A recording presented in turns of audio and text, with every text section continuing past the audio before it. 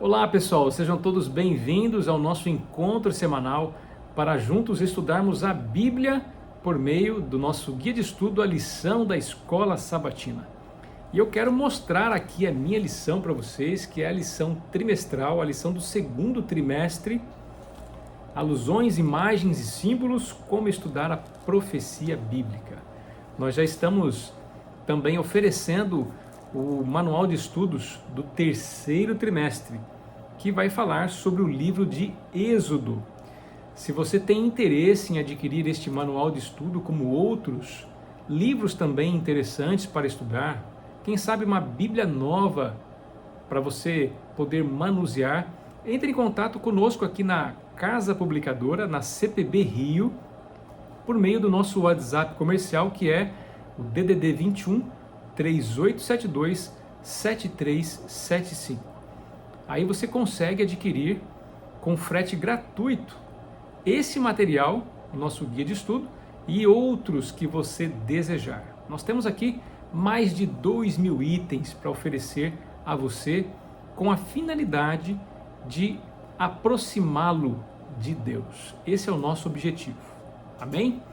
Vamos aqui para a lição de número 7, Fundamentos Proféticos. Nós estamos avançando aqui mais alguns estudos e nós finalizamos o trimestre e assim nós vamos dar entrada num novo manual de estudos e eu quero que você já tenha ele em mãos aí, tá joia?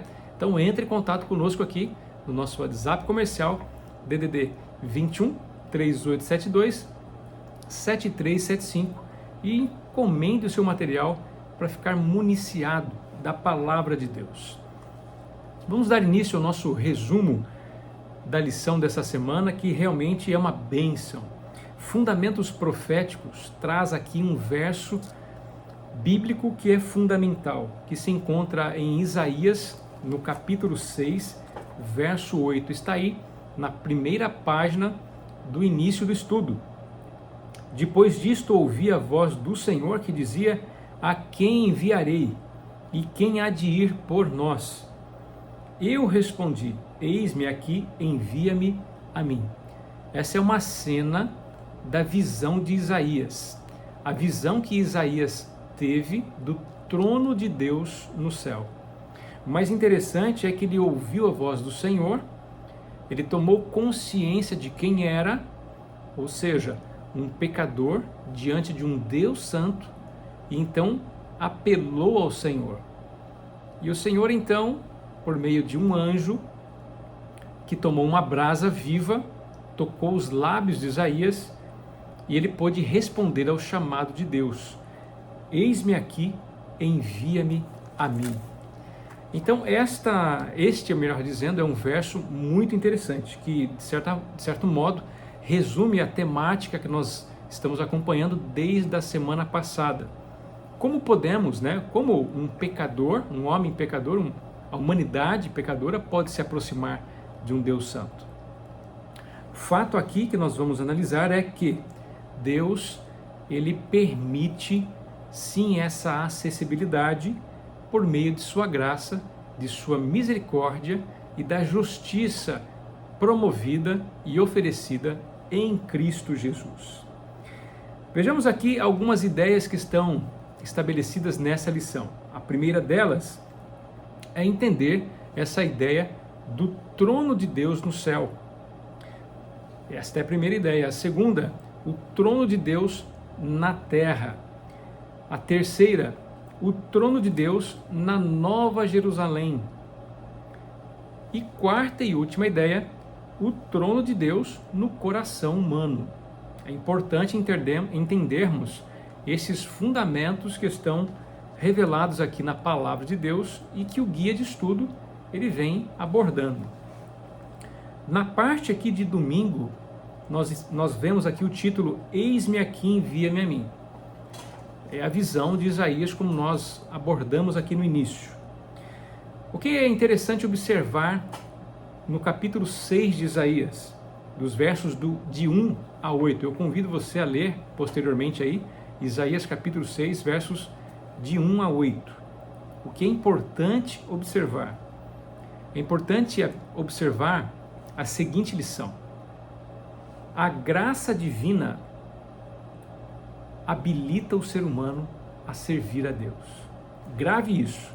A graça divina habilita o ser humano a servir a Deus. É por isso que nós podemos nos aproximar de um Deus santo. Na ocasião envolvendo aqui Isaías, o resultado do seu encontro com Deus em meio a uma visão, a lição era esta: a graça divina habilitou o profeta que entendia que era pecador diante de um Deus santo a servir a Deus.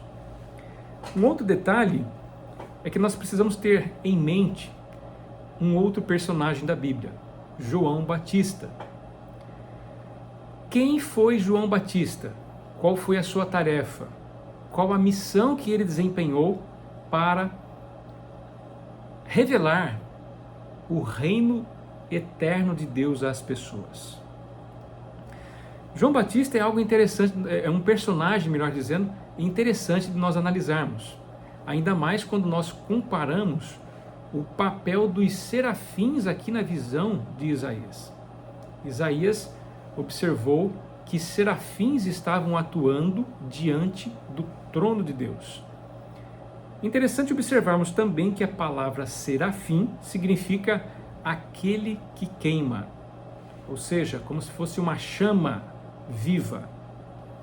Esta chama viva representa uma imagem, um símbolo muito apropriado do que nós, seres humanos, podemos ser para Deus quando o Espírito Santo governa a nossa vida, quando a graça de Deus nos transforma e quando nos habilita a fazermos obras para o Senhor.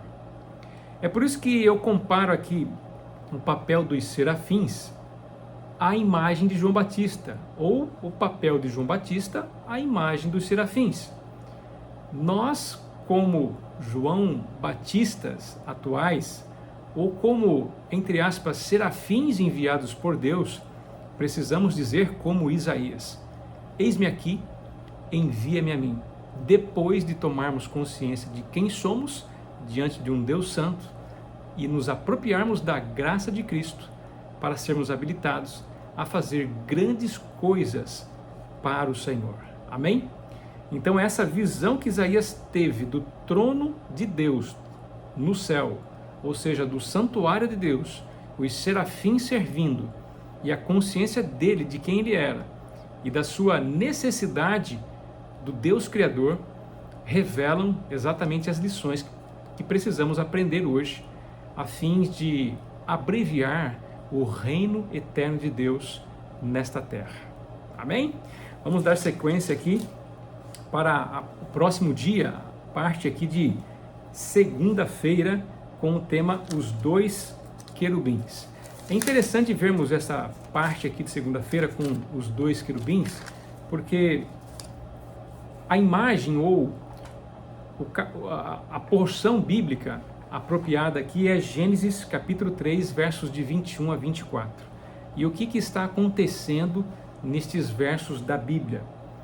Aqui a Bíblia está revelando que querubins foram colocados, melhor dizendo, nos portais ali do Éden, no jardim do Éden, a fim de, ou com o objetivo de impedir o acesso de Adão e Eva no jardim. Eu pergunto por quê? Naturalmente porque eles foram convidados a sair do jardim, ou seja, Deus precisou retirá-los do jardim do Éden para que eles não fossem tentados a tomar do fruto da árvore da vida e prolongar os efeitos do pecado em suas vidas. Esse era o objetivo de Deus, impedir o acesso à árvore ali do jardim do Éden, a árvore da vida, a árvore do conhecimento do bem e do mal, as árvores frutíferas, enfim, todo o ambiente do Éden, para que o homem ou a humanidade, ali representados por Adão e Eva, não fossem levados a prolongar a sua condição pecaminosa por conta de uma tentação. É interessante notar essa expressão colocou aqui em Gênesis, por quê? Porque esta palavra colocou significa Shachan. E Shachan é o termo hebraico utilizado para descrever tabernáculo. Ou seja, os querubins naquele momento representavam o trono de Deus na terra. Dentro da tradição israelita, os querubins na Arca da Aliança eram uma representação de anjos servindo a Deus. E quando Deus ele tomava o tabernáculo, principalmente o lugar santíssimo ali, onde ele se revelava e naturalmente os israelitas percebiam que algo estava ocorrendo dentro do lugar santíssimo, os querubins eles demarcavam um símbolo extremamente importante para Israel. Ou seja, da palavra Shachan, nós temos um termo que não é colocado na Bíblia, mas entendido como Shekinah, a presença de Deus. Portanto, os querubins ali no Éden, que estavam fazendo o papel de segurança do Jardim do Éden, digamos assim, representam o trono de Deus na terra. E qual é a lição que se aplica ou que se ensina a todos nós? É bem simples. Esses querubins, eles revelavam o pecado da humanidade, ou aquilo que levou a humanidade a pecar, e revelavam também a esperança que a humanidade, representada por Adão e Eva, poderiam ter em Deus. Se nós olharmos para a parte de domingo e segunda-feira, nós podemos extrair uma lição máxima aqui, que é a seguinte: pecadores conscientes, arrependidos, perdoados e redimidos diante de um Deus santo, diante do Senhor, chamados para uma missão, para uma tarefa especial. Percebam que quando Adão e Eva saíram do Éden, eles precisaram confiar completamente no Senhor, confiando na promessa de Gênesis 3,15, do futuro descendente, para que as suas vidas, a vida de seus descendentes, a vida de todos nós hoje, pudesse encontrar uma solução para o problema do pecado. E essa solução, naturalmente, seria e é Jesus Cristo. Amém? Olha quantas coisas bacanas e interessantes nós podemos perceber a partir desta imagem bíblica dos querubins no Éden. Na parte aqui de terça-feira, nós vemos como brasas vivas, E nós encontramos então o capítulo 1 de Ezequiel, nos versos 4 a 14, que revelam uma outra imagem. A imagem do trono de Deus no céu. Ou seja, é uma visão que Ezequiel teve do santuário celestial, onde ele observou o trono de Deus. E se nós focarmos aqui os detalhes dos versos 4 a 14 de Ezequiel, capítulo 1, nós vemos que o foco da visão do profeta foi exatamente 4 seres viventes. 4 seres viventes que serviam o trono de Deus. Esses seres viventes eram realmente bem complexos, né? Eles tinham características humanas e tinham características de animais. Portanto, nós vemos aqui que essas características pontuadas por Ezequiel tinham uma finalidade. Os querubins ali, os anjos que estavam servindo o trono de Deus, né, no céu, vistos por Ezequiel, eles tinham como objetivo revelar a glória de Deus.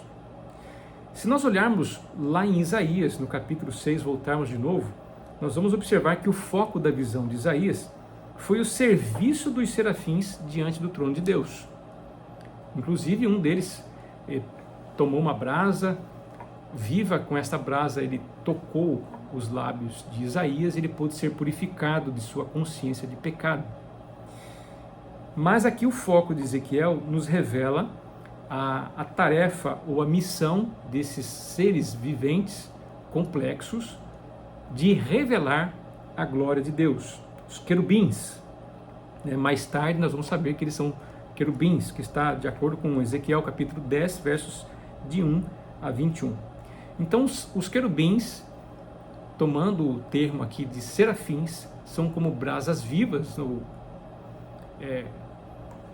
algo em chama, a chama viva, para poder refletir a glória de Deus. Pegaram aí a lição? O que nós devemos ser para Deus? Quando nós estamos diante de Deus, diante do seu trono, por meio da oração, por meio do nosso serviço a Ele, por meio das tarefas que podemos desempenhar para revelar o teu reino nessa terra, devemos queimar como chamas para revelar a glória de Deus. Ou seja, a nossa consciência de quem somos, a dependência que temos de Deus e a certeza que temos em Jesus Cristo nos pode habilitar para fazermos coisas incríveis para o Senhor. Como o texto da lição diz aqui, todas as criaturas de Deus foram projetadas para refletir sua glória, tanto a raça humana, feita à sua imagem, quanto os seres celestiais que estão ao lado de seu trono. Portanto, um pecador, uma pessoa, um ser humano que tem consciência do seu pecado, ele enxerga a necessidade de ser perdoado e a necessidade de revelar essa solução às demais pessoas que estão à sua volta. E dando sequência aqui para a parte agora de quarta-feira, nós temos o seguinte título: Deus no meio de seu povo. E aqui nós olhamos para o capítulo 2 do livro de Números na Bíblia. Deus no meio de seu povo. A imagem bíblica que nós vamos analisar aqui é o acampamento de Israel. Quando Israel, o povo de Israel, estava jornadeando ali rumo à terra prometida, em meio ao deserto, dois elementos físicos, mas também movimentados, digamos assim, de forma sobrenatural, estavam acompanhando a jornada de Israel. Era uma nuvem e uma coluna de fogo. A coluna de fogo ficava durante a noite e a nuvem durante o dia. Quando a nuvem parava, o povo de Israel também parava e montava o seu acampamento. E o seu acampamento de Israel era extremamente organizado, tribos nos 4 pontos cardeais, norte, sul, leste e oeste. 3 tribos em cada posição cardeal, norte, sul, leste e oeste. E aqui nós vemos algo interessante também. No meio do povo, no meio do acampamento ficava o quê? Ficava o tabernáculo. E dentro do tabernáculo, lá no lugar santíssimo, a Arca da Aliança, como nós vimos, falamos um pouquinho aqui anteriormente. O que representa essa imagem do acampamento de Israel? É simples. Se nós observarmos ali Apocalipse capítulo 21, dá para ler o capítulo inteiro, mas principalmente nos versos 12, 13, 22, o acampamento de Israel é uma representação futura do quê? Da Nova Jerusalém, da cidade-templo, exatamente isso. Em Apocalipse nós vemos claramente que Deus, ele é a representação do templo ao seu povo. Não que a cidade não vá ter templo, a Nova Jerusalém não vá ter templo, não é isso que eu estou querendo dizer, mas Deus é a representação do templo para o seu povo. E a Nova Jerusalém, a cidade-templo, é representada aqui no acampamento de Israel. A presença de Deus desceria no lugar santíssimo do acampamento de Israel. Seria estabelecida entre o povo. Assim, a imagem futura é que quando esta terra for renovada, for removido todos os indícios de pecado, depois do milênio de paz, então Deus habitará com o seu povo nesta nova cidade, nesta cidade-templo, a Nova Jerusalém.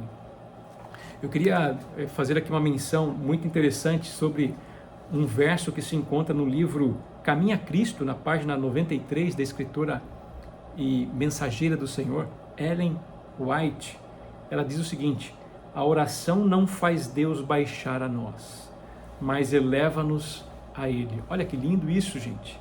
A oração não faz Deus baixar a nós, mas eleva-nos a Ele. Hebreus capítulo 10, verso 19, diz o seguinte: portanto, irmãos, por causa do sangue de Jesus, podemos entrar com toda a confiança ao lugar santíssimo. Ou seja, quanto distante nós estamos do trono de Deus, do santuário celestial, no lugar santíssimo, da presença do Senhor? A distância de uma oração. E no acampamento de Israel havia muita oração. Havia muitos momentos solenes de oração, para que o povo entendesse que Deus estava no meio dele. Não é uma lição maravilhosa para nós? Não é um antegozo, uma felicidade antecipada que podemos ter quando confiamos no Senhor por meio das nossas orações? Então confie e ore ao Senhor e entenda que Ele está provendo tudo para todos nós, para que esse dia, onde nós iremos adorá-lo na cidade-templo, possa logo chegar. E por fim, queridos, a parte de quinta-feira, a queda de Lúcifer. Até o momento nós vemos aqui que nós encontramos lições que revelam o trono de Deus no céu, o trono de Deus na terra. Agora nós vamos falar do trono de Deus aonde deve estar hoje, que é no coração humano. Infelizmente, Lúcifer, o anjo perfeito, ele não teve essa consciência. Ou melhor dizendo, ele teve consciência, mas ele permitiu que outras coisas impedissem que ele avançasse. Lúcifer, se nós analisarmos Ezequiel capítulo 28, versos de 11 a 17, e Isaías capítulo 14, versos de 12 a 14, nós temos uma imagem perfeita do que aconteceu com Lúcifer, do que aconteceu em sua vida. A lição diz aqui claramente: não podemos compreender o fato de que algum dia Lúcifer já ocupou a posição de querubim da guarda ao lado do trono de Deus. Uma de suas funções, lembram-se da imagem do querubim e de serafins? Era revelar a glória de Deus ao universo. Mas em vez disso, ele começou a se concentrar em sua própria glória e não na glória do Criador. Se nós observarmos aqui, nós vamos entender que Lúcifer, ele tinha a ausência do trono de Deus no coração. Lúcifer foi traído pela sua percepção própria de estima, beleza e sabedoria. Vou repetir, ele foi traído pela sua percepção própria de estima, beleza e sabedoria. Se nós lermos ali Ezequiel capítulo 28, verso 12, a nova versão transformadora diz o seguinte: Lúcifer era o modelo da perfeição. Era o modelo da perfeição para revelar e servir a Deus, revelar a glória de Deus e servir a Deus, mas ele não o fez. Lúcifer vivia diante de um paradoxo que inclusive toda a humanidade hoje está vivenciando.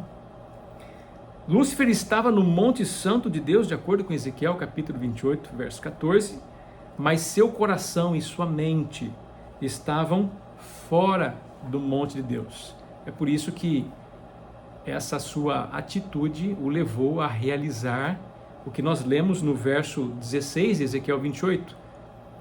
Lúcifer efetivamente foi expulso do Monte Santo de Deus. Ou seja, o trono de Deus não estava em seu coração. Ele queria ficar no lugar de Deus, queria estar acima de Deus, e isso ocorre com todas as pessoas que não têm hoje o trono de Deus no coração, na vida, para poder antecipar-se à felicidade da cidade-templo, de estar adorando a Deus na Nova Jerusalém. Que essa lição, queridos, fique em nossa mente, fique em nosso coração, para modular e para realmente nos guiar nas atitudes de nossa vida. Uma vida arrogante, uma vida que se encontre independente de Deus, não é uma vida promissora. É uma vida que pode nos conduzir para fora do Monte Santo de Deus, para fora da eternidade, para fora da cidade-templo, da Nova Jerusalém. Deus abençoe a todos, Deus abençoe a sua companhia. Faça aí os seus comentários, compartilhe este vídeo com seus amigos e na próxima semana nós voltamos para a lição de número 8, nos Salmos, parte 1. Deus abençoe a todos, até a semana que vem.